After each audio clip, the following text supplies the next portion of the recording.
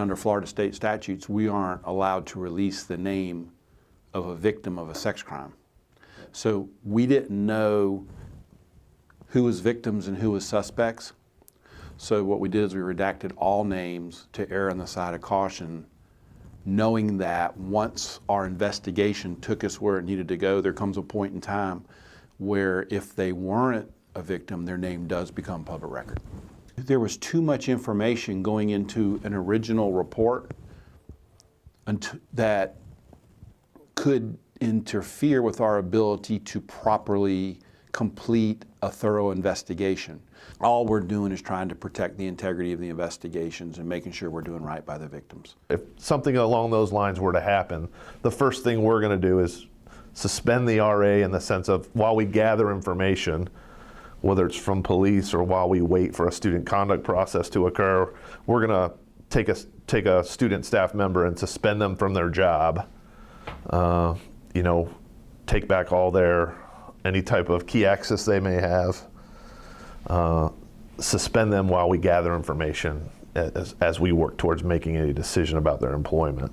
And it could be many things. It could be we're going to obviously terminate them as an RA. Obviously, the RA job is kind of tied to their housing contract agreement, so if there's a violation of the housing contract, we may make a decision to allow them to stay on campus as a resident or not, so that we could terminate their housing agreement. They've got to move somewhere else.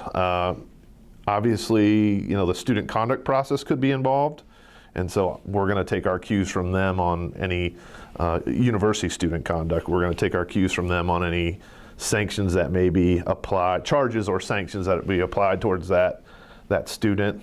We could continue to retain them as a staff member, but put them on probation and make them do some different, whether it's educational or we could limit their employment responsibilities. Because we're talking about housing in the general sense, with one of our staff members, we also have the ability to say, okay, you're a staff member in this facility or in this building. We may choose to say we're going to locate you to another facility, and it just kind of depends on exactly what's occurred. And in general, if I come across something that's a safety hazard or something that's potentially harmful to them, then it's my job to take care of that. So they could trust me with their safety. I definitely think I hold a position of trust. I've had so many residents trust in me with really serious issues that they wouldn't tell anybody else, begging me not to tell anyone else.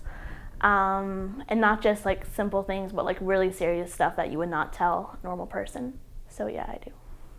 It's like you get an RA job and some people think about it as like you're above your residents, and you're not. You're just assisting them.